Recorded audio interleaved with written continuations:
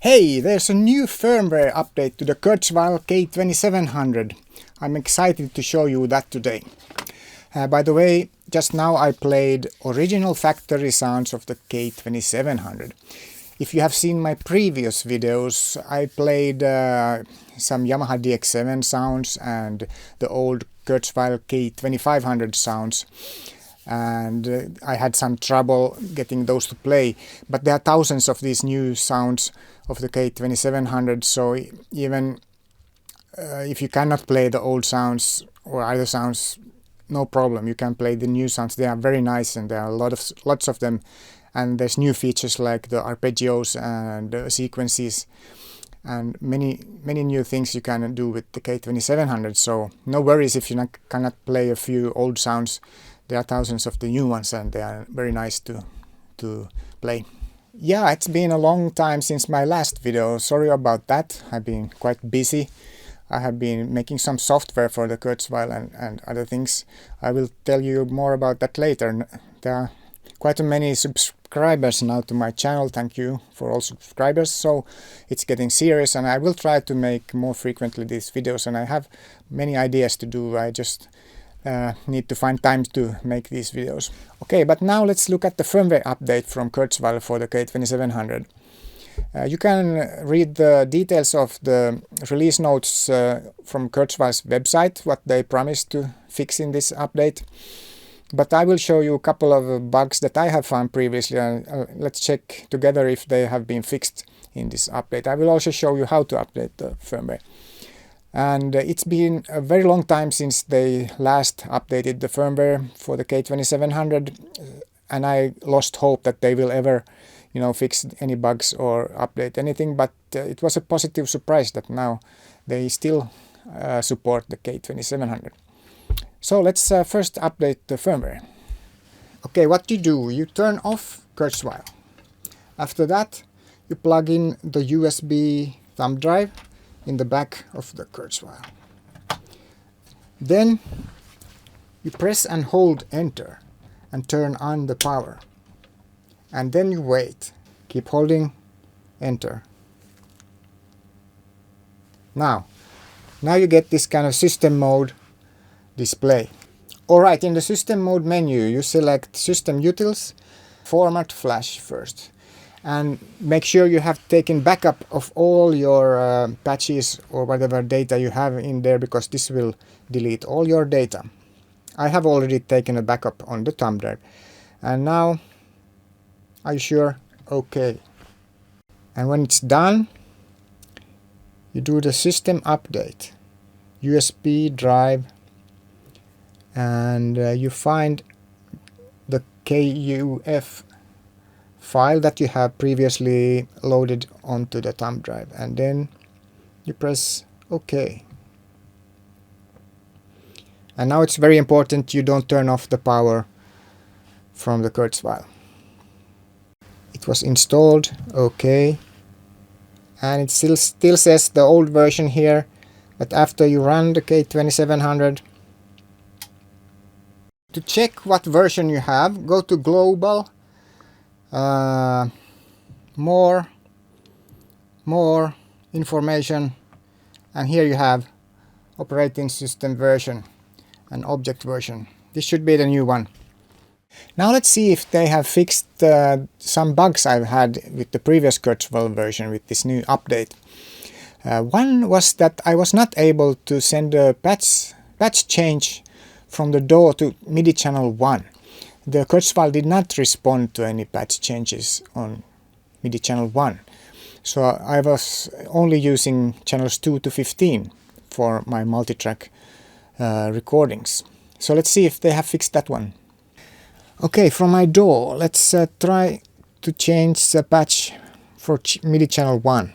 First, bank 0 and patch 1, Bristol piano.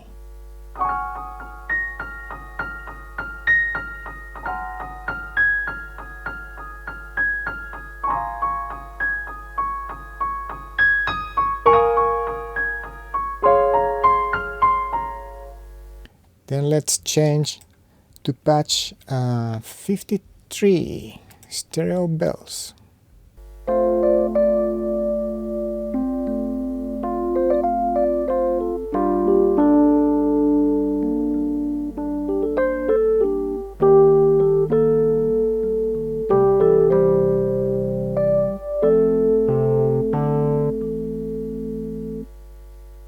Let's go to bank number 1 and let's say check your head 155.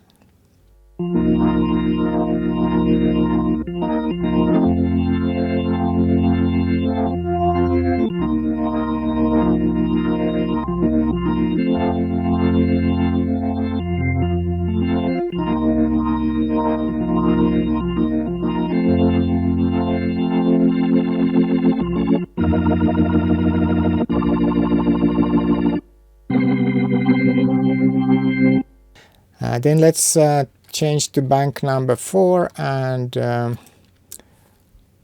patch 555 or 556 popcorn. Why not?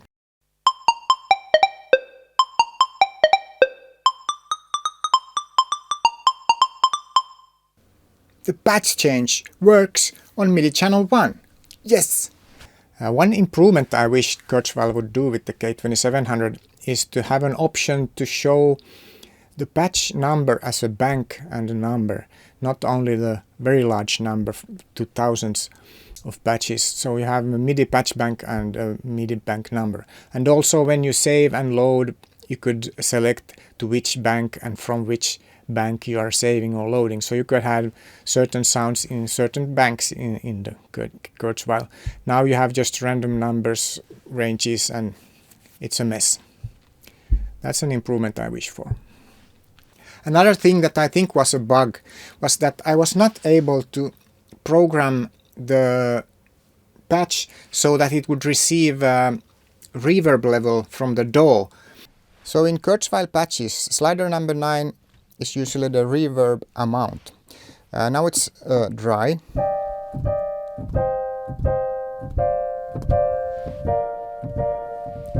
Now it's quite wet. At least my Sonar producer running on Windows XP from ancient times has MIDI controller 91 for reverb level and 93 for chorus level. If you edit the program and go to the parameters, you can see reverb amount is slider 9 here. You can change that to MIDI controller 91 using the keypad numbers.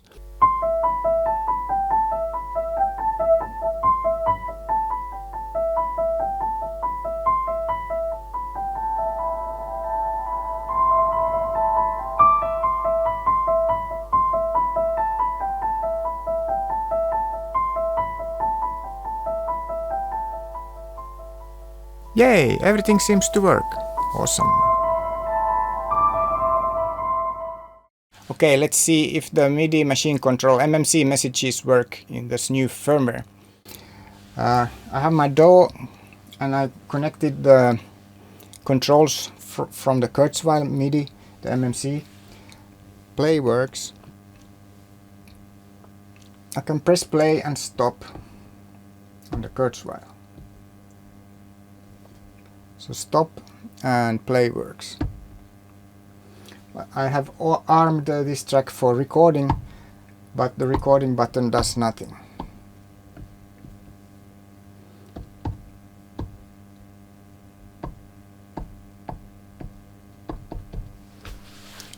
So they have not fixed. The rewind, no effect in the DAW. Stepping backwards, forwards, shuttle does not work. So here in the global menu you find in the MIDI submenu the transmit transports. Default they are off, but you can enable them, and the MMC is the MIDI machine control, and when you have that setting on, those should be transmitted, but seems only the stop, play and pause are working. It's fun making these videos, so I will make more. Although it's hard work and YouTube and Google does not give much support. In upcoming videos I have plans to show you probably something with using FM synthesis together with the vast synthesis, so filtering FM sounds maybe. Then I have plans to probably show you also the sound editor for the Kurzweil, which is made by Sound Tower.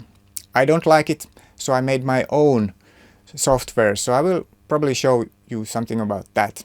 I have also worked with the Roland D50 lately, making some patch editor program for that. I will probably show you something of the Roland D50 also in the future.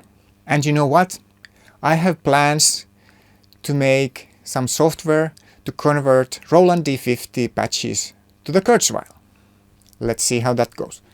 I'm also in the progress of making software to transfer programs and samples from the Akai S950 to the Kurzweil K2700. And I might make a video about that. Alright, that's all for this time. Thank you for watching. I hope you subscribe and give a thumbs up if you like this video. And I will see you in the next one.